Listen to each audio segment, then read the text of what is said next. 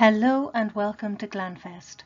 My name is Bernie Doherty and I'm the Community Archaeologist for County Galway. This project is funded by Galway County Council and the Heritage Council. The Ringfort is a fairly common site here in North Galway, with over 40,000 identified throughout the country.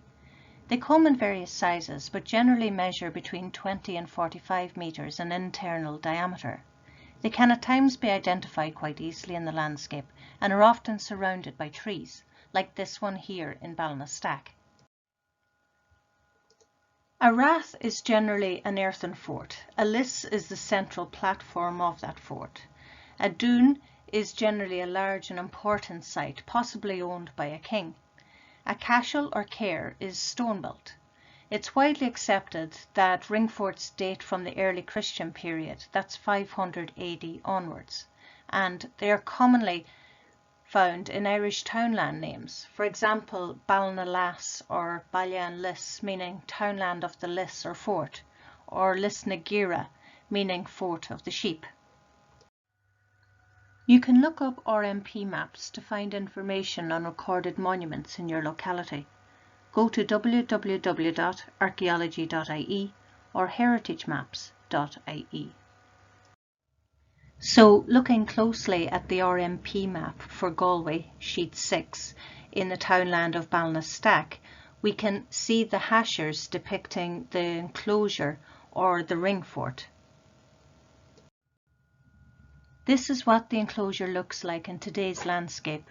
Trees are growing on the bank and the interior is quite overgrown. It measures a little more than 30 metres in diameter, which is ample space for animals and a house or hut. These homesteads were in use at a time when cattle raiding would have been prominent. The entrance to a ringfort is generally to the east or the southeast. Many ringforts have a souterrain associated with them. This is a stone-lined underground space which may have been used to store food. Some forts are said to be connected to other forts by this means.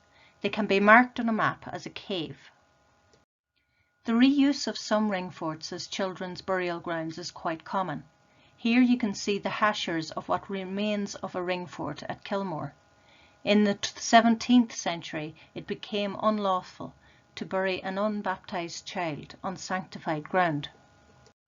So children that died in childbirth or miscarried were sometimes buried within a section of a ringfort.